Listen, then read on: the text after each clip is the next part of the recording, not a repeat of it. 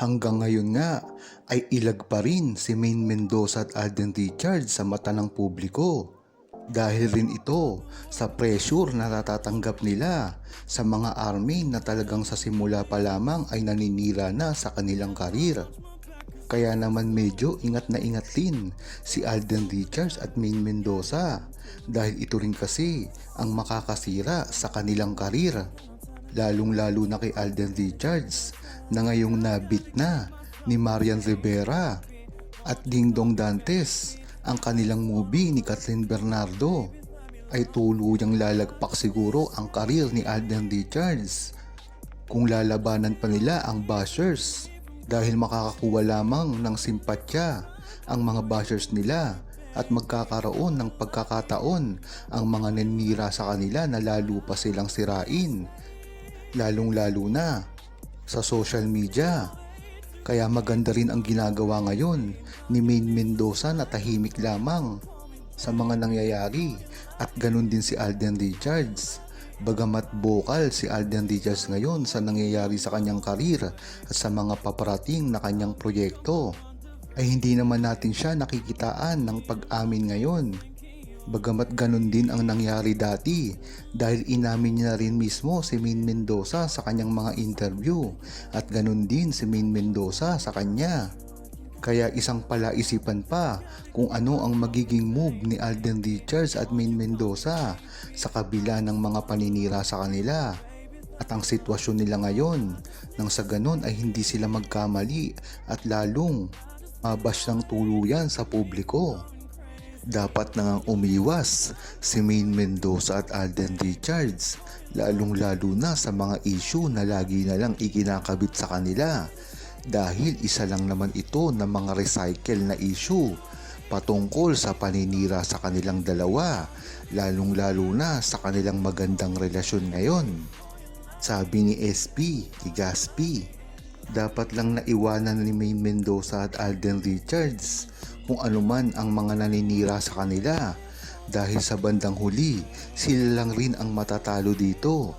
Pagka pinatulan nila ito ng pinatulan pa ay sa kanila rin ito babalik at mga negatibo lang ang maaari nilang matanggap at wala namang positibo na mangyayari kung sasagutin nila ito. Tama nga yung sinabi mo, SP Legaspi. Sila rin ang matatalo dito kung papatulan pa nila yan. Wala namang kasing bilang ang mga ipinararatang sa kanila lalong-lalo na ang mga fake news na lagi lang naman nating naririnig na ipinakakalat ng mga army at ng mga bashers nila. Matagal na nila itong ginagawa since 2015 pa lamang.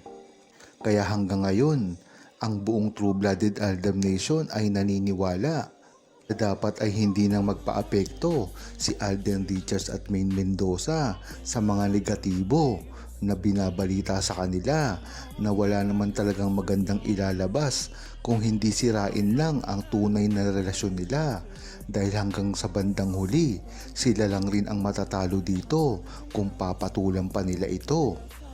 Ang sitwasyon na kinalalagyan niya ngayon dahil na rin ito sa issue na naganap ngayong linggo.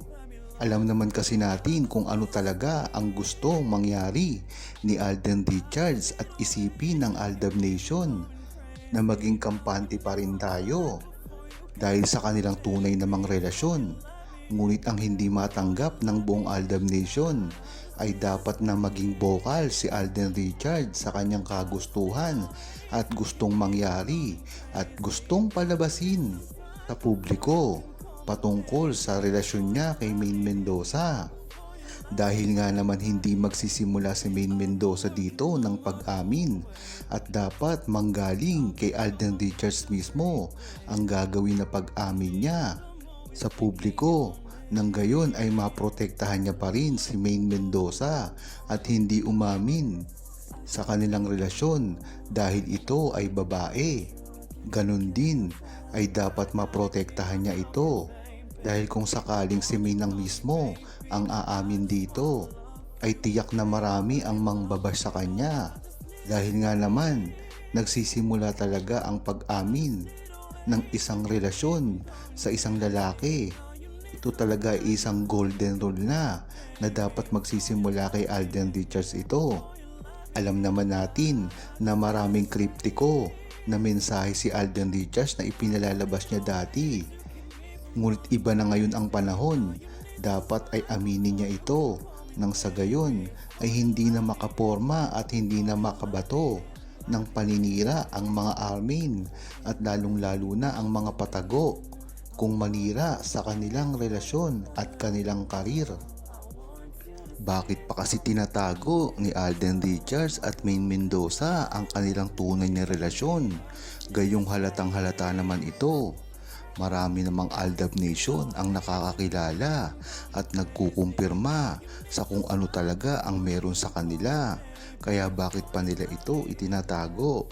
Dapat maging loud and proud sila dahil yan naman talaga ang gusto ng buong Aldab Nation. Para na rin naman sa kanila yan. Marami na rin kasing nang babati ko sa kanila, lalong-lalo na ang mga naninira ng mga armin na talagang sa una pa lamang ay talagang masama na ang balak sa kanila. Balak sila nasiraan at ibagsak ang kanilang karir. Alam naman natin na ngayon ay sikat na sikat silang dalawa, lalong-lalo na si Alden Richards na napakaraming proyekto ang nakalatag. At ang respeto naman na tinatamo ngayon ni Maine Mendoza. Siya na yata ang pinaka-respected na artista sa buong Pilipinas. Kaya hindi basta-basta ito masisira na lamang. Kaya mas maganda ay ipagtanggol nila kung ano talaga ang ninanais nila na ihatid sa publiko. Dahil sa bandang huli, talaga namang kailangan na rin nila itong gawin at hindi na nila maitatago pa. At nang sa ganun ay mawala na rin sila ng mga iniisip at ang buong Aldab Nation ay maintindihan na kung ano ba talaga ang nangyayari sa kanila at sa paligid.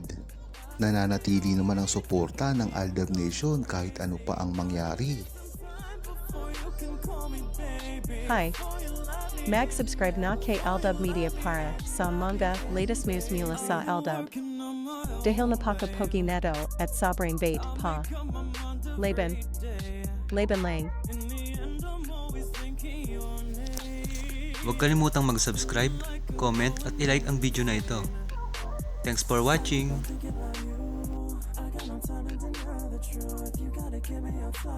I gotta keep myself contained, baby. Won't you call me baby? I just